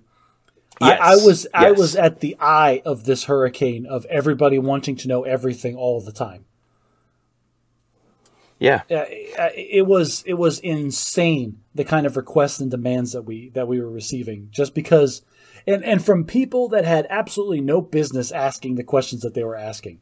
It's just because they wanted to be a part of it or closer. I don't even know. Yep. It was from as a former communications officer who had an understanding of how IT worked, it was nightmarish. Some of the I'm not going to go down that rabbit hole, but so the Army talks about it as well, about all these kind of reports and stuff they have to generate that just become so onerous that the result has been that when an event happens, like for instance they take indirect fire, they'll just pretend it never happened because they don't want to have to do all the reporting on it. And now the leadership, in their maybe well-intentioned desire to get more information and use that to better plan how to operate, have created a situation where they're actually getting less information about things that are really happening. I was told, when I deployed with the Army in 2008, and I was told directly by some of their lieutenants that the biggest problem they had when they were going out and like doing dangerous things was that every one of their guys in their brain had that split-second delay before they would take the actions necessary to defend themselves or do the things that they were there to do, because they had to stop and think for just that fraction of a second, do I really want to fill out the paperwork that's required every time I discharge my weapon? Yeah. Yeah. Another example they gave is negligent discharges, which is a thing the Army takes very seriously, but sometimes it's just not that serious. You know, if you're out somewhere and your gun accidentally goes off, oh well, no one got hurt. There was a guy whose gun went off in the clearing barrel. Like, as you're coming back on base, there are barrels. Right. So you pointed into a place that's designated a safe place for your gun to go off accidentally. Yes, and he discharged it into it. And that guy, his whole life was paperwork and interviews for the next week. Yeah. Yep. So here's a great quote from an article about this. When the Army communicated through couriered papers, radios, or even telephones, there were physical and practical limits as to how much information could be requested, collected, and analyzed. The labor-intensive nature of responding to these requirements also limited their profusion, as did the inevitable time delays of an analog world. Those days are now long gone. Practical limits on reporting requirements for military leaders have disappeared in an era of email, search, shared digital communications, and unlimited bandwidth. This is also a function of... with no relief in sight. Yeah, this is also a problem because there are generals that don't know their role. Like, there's a general in charge of tens of thousands of people, and when he's asking about... like Sergeant Scruffy's negligent discharge, he's not doing his job right. But because he has the capacity and the capability to reach now down, he can get his long screwdriver. Yes. Yeah. The ability for people at that very high levels to reach down super far, they'll just do it. Yep. Now you're naturally going into the second cause that was identified in this paper, and that is careerism. You know, everyone's desire to get ahead. Now, the interesting thing this paper points out in particular is that any high-up officers that are in the Army in the general officer ranks came up through the junior officer ranks where they were doing all of this. And so there's this weird thing that's happening where the junior officers know they're not reporting the truth, and the senior officers know what they're getting isn't the truth, and nobody knows what the actual truth is. Yeah, that... like if I said, take... That transition happens at Air Command and Staff College when you're a major. Like, that you go into this building to get some kind of MAGCOM level training, and they extract the part of your brain where you remember that you're not of how to actually get the mission done, and they implant it and replace it with, well, this is the paperwork that has to happen every day. Yeah, maybe you're right. So I know we're kind of crapping on the Army, so let's talk about the Air Force a minute. You mentioned how these information requests are just unlimited when it came to drone operations. I came from nuclear operations, and there was a very high-profile thing that happened just before this, where there were some Air Force officers that were missile operators at Malmstrom Air Force Base in Montana. And what we do is we take the very most junior officers, we train them to sit at a console where it's just like in the movies, where there's two guys, 6 feet apart, and they both have to turn a key at the same time, and it can launch a nuclear missile. It's way, way, way, way, way more complicated than that, but you get the idea. Turn your key, sir! From War Games? But before we will take them and put them on a 24-hour alert 40 feet underground in a nuclear-hardened capsule and give them control of 10 nuclear missiles, we have them certify initially and continually recertify. And in the traditional military requirement creep fashion, it's reached the point where we won't accept anything less than 100% on their certification exams. And it was out of careerism. It was out of desire to execute the mission. All these kinds of things that led to this situation where then you're taking all these people. Can you imagine if you had a classroom and you were like, okay, nobody's going anywhere until everybody gets 100 on this test? So what happened was there was the Office of Special Investigations caught someone doing drugs. They confiscated their cell phone and they stumbled into this test cheating ring. Oh, dear. Where I think half of the officers in this squadron of like 200 were either involved or knew about basically this distribution system that existed for the answers on these tests, because the only way to get 100% on the test every time was to cheat. And they wouldn't accept anything less than that, so that's what they were doing. So this is interesting. You're reminding me of an incident that happened when I was a pilot. Every day that we stepped up to go fly a plane, we had to fill out a worksheet, and it was the risk management worksheet. And we had to answer questions and identify what our risk level was as a person that day. Like, are you having a good day? Are you stressed out? Did you get enough sleep? Just like, where are you as a person? It's a trap. Yeah, are you good to go sit in a box and execute very high priority There's missions? only one right answer, no matter what you feel like. So here's the thing. I was always very truthful on these things, and so was one other officer that I knew that was there. And we both agreed that, like, if you're asking me these questions, then I'm going to answer it the best way, to the best of my ability.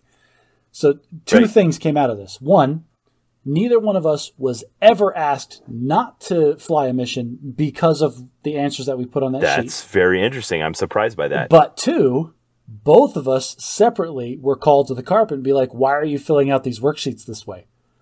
By superior officers in charge. Because you were like smudging, you weren't pencil whipping the forms and it was making them look bad? That's exactly what it was. And people are asking me questions like why this is the way that it is. And I'm like, well, because I'm answering the questions truthfully. Do you want the truth or do you want me to lie on the form? And that, Ben, is what's called a trap for a superior officer, because he can't answer that question. He wants me to be truthful, but he actually wants me to lie on the thing. But he wants the forms to be clean. Exactly. Yeah, exactly.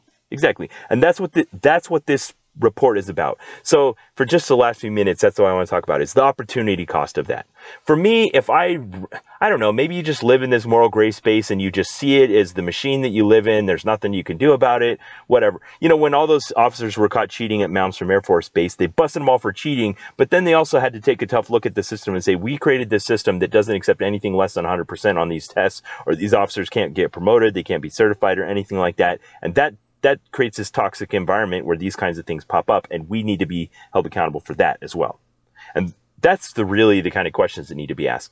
Like, if I'm going to create a system where every new good idea that someone can think of gets thrown in the hopper of ancillary training that someone has to do in a year, and there's no way to get anything out of that hopper, eventually you're going to accumulate so much ancillary training that no one has any free time to do anything else. Yes, and that's what happens. But we don't have to care about the ramifications of those decisions, because me throwing that good idea into that hopper translates into a bullet on my report, which then gets me promoted, more money, furthers my career. Yes, and the we in that sentence you just said is people at the bottom. But if I'm at the top and I've created a system where my people are too busy doing things that they don't have time to do, and now they're lying to me about it, and I tell them that I won't accept anything other than good news about what's going on, now I've created an environment where me, as a 4-star general with strategic and important missions to conduct, am getting bad information. I don't know the readiness of my force. I don't know the wellness of my people. I don't know the availability of my troops. And how on earth can you execute your mission as a 4-star general in that kind of environment? Oh, it's so cute that you think 4-star generals are able to actually influence those kinds of things, because they are. I absolutely think they do not, because they are surrounded and insulated from all of that crap by their staff, who are all looking out for themselves. The general can rant all day about, I want my troops to take less ancillary training and be more capable of fighting the mission. And his entire staff is going to keep doing the same things that they do while feeding him what he wants to hear in order to progress their own careers. Okay, so under the Obama administration, General Mark Welsh, Chief of Staff of the Air Force, did this exact thing where he realized the toxic accumulation of all these training objectives and regulations for governing the troops, and he instituted a top-down, management-driven assessment of everything with the explicit purpose of cutting it in half or more. Okay. And it was somewhat successful. Definitely more successful than you or I would be filling out the feedback form and saying, I don't think this training should exist. So did he actually cut the training in half? Did he achieve his objective? I'm looking for a news thing off the real fast on Google, and I'm not finding something that gives a clear answer My on that. bitter, jaded self says that he was probably happy cutting it down to 75%, and that since then it's probably gotten up, if not to the same level, then it's even higher than it was before. Still, if you're a hoarder and you get a dumpster and you throw a bunch of stuff in it, you're making progress. Yes, but that doesn't... Just because you're still a hoarder doesn't mean that it wasn't good to get the dumpster. Okay. I have to grant you that point. Fair enough. So where does that leave the military in general, Ben? Like, we tell ourselves these white lies, we build these systems, and these people are actively incentivized. You're talking about the cheating ring for the nuclear guys. The only reason that this stuff happens is because people are actively incentivized by the system to make these decisions. How does it end? Yeah, I think any system is like this, that when it has its own culture surrounding it, and it finds a way to exist and still accomplish its mission in spite of these limitations, and maybe because of them in a way. There are ways to take that, like careerism and drive and stuff. Everyone kind of understands, there's phrases like there's only one thief in the army, or we're just giving them what they want, and everyone understands what they mean. They know when you send up a report of 100%, you're probably closer to 75%. They look at your 100% report and they just translate it in their head.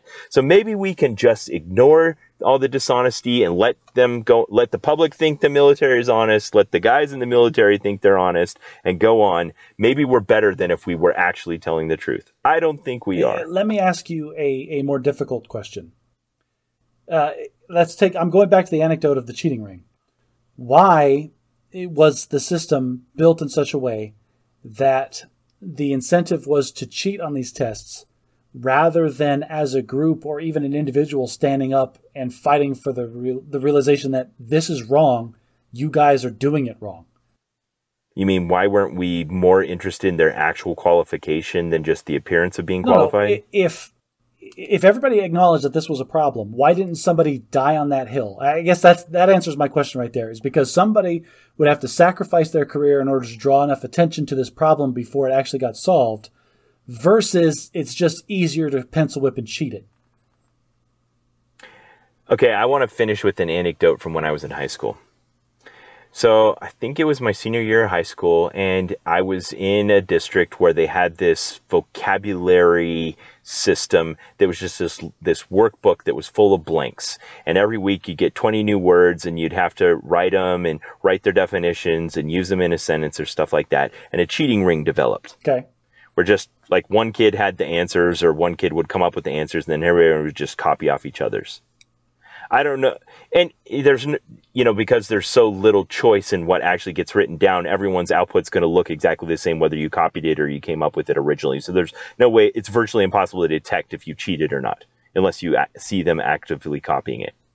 Well, one time, and I got wrapped up in it. I became part of the cheating ring. I didn't like it. I didn't find it necessary. It was just busy work. I was developing the vocabulary anyway, and so I justified the fact that I was doing this.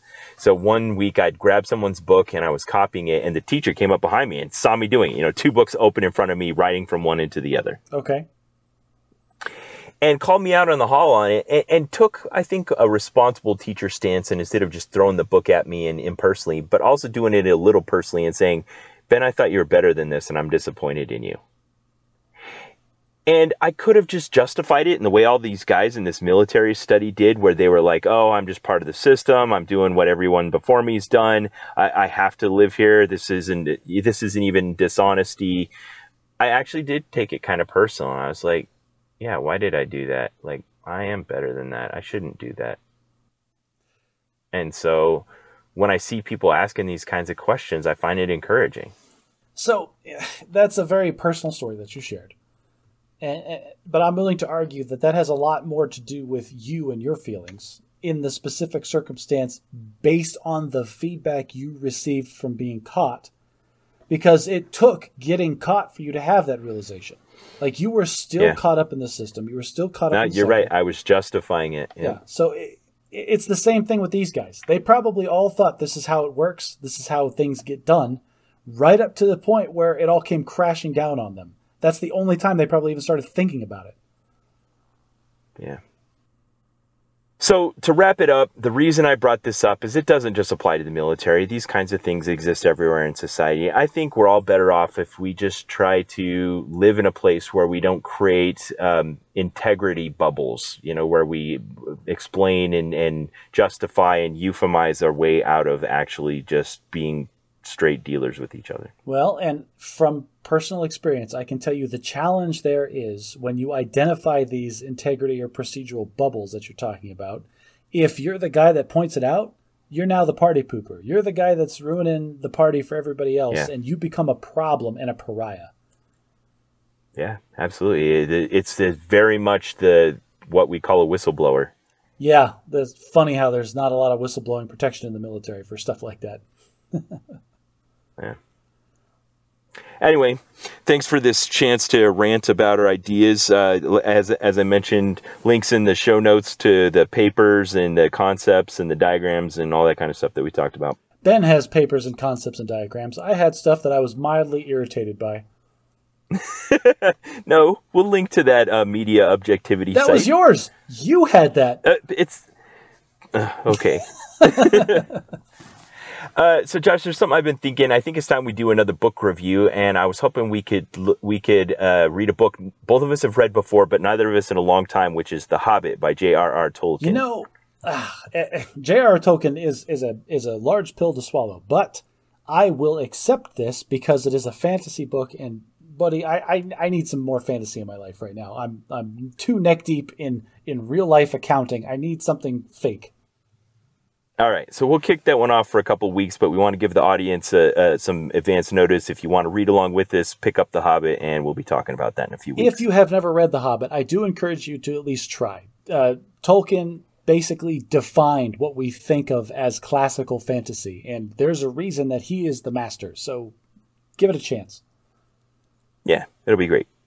And if you want to join in the discussion about the things we talked about today, weigh in. You can go on our subreddit, reddit.r/r/baditmagic, or you can go on our Facebook page and join in the discussion. Take a look at the diagrams and show notes and all those kinds of things. And always you can go to our website, baditmagic.live. If you like what we do, please consider sharing us with a friend. If you like what we talk about, maybe your friends will too. If you really want to help us out, take your phone out of your pocket right now and give us a good rating on the podcast player of your choice.